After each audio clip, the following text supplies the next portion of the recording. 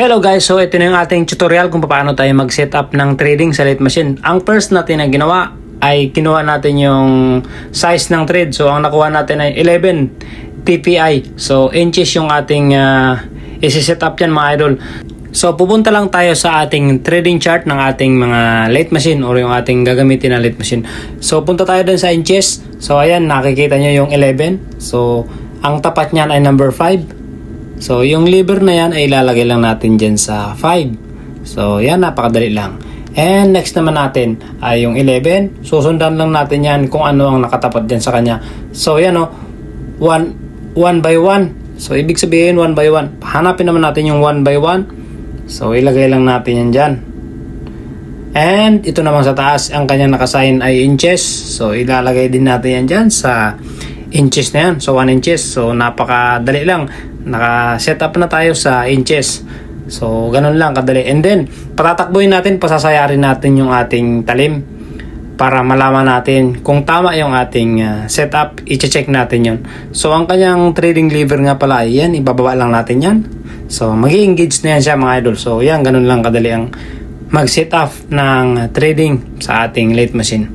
So, as I said, pinasayad natin.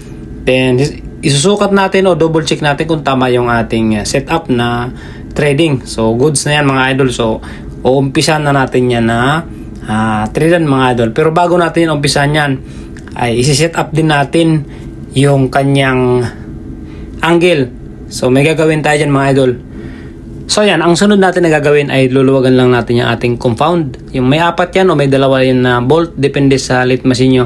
So, ilalagay natin yan siya sa 3 degrees ang angle niya. So, higpitan natin din. Pagkatapos natin ma-set up ng 3 degrees, so lalagyan natin ng degrees yan mga idol. Naka-set up na tayo ng 3 degrees yung ating setup dito. Naka-angle siya ng 3 degrees. So, lalagyan lang siya natin ng konting degrees para mas maganda yung fit niya. Tapos, sure na walang leaking. So, bawasan lang natin ng konti sa ibabaw. Ang purpose nga pala yan mga idol kung bakit binawasan natin yung dulo. Unang-una, para mas madali nating maipasok yung ating ball valve.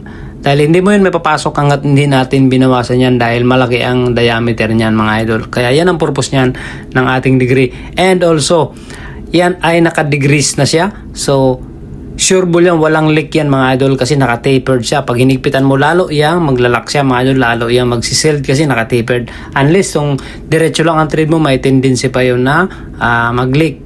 So, yun yung mga the best dyan na diskarte. Lalagyan natin ng kunting angle para mas sure bull na walang leak yan, lalo pag hinigpitan nyo mga idol. Another tips pa nga pala mga idol pag nagtitrading na kayo, tandaan nyo yung starting ng pagpakain nyo dyan sa workpiece. So, kailangan nyo yung alamin or matandaan dahil pag nagpapakain kayo ay baka mabigla nyo yung mapid o malakihan nyo ng pakain. May tendency na mabungi or mababasag yung inyong trade. So, mag-uulit na naman kayo ng proseso. Kaya, kailangan nyo yun tandaan mga idol. Konti-konti lang hanggat makuha nyo yung tamang hubog ng trade. So, na makikita nyo naman yan bawat pasada nyo kung maganda o pangit pa yung pagkakatrade. Kaya ingatan nyo na wag nyo masyadong lalakihan, masyadong biglain yung pakain nyo. So yun yung mga tips natin dyan mga idol. So yan na mga idol, fast forward na tayo.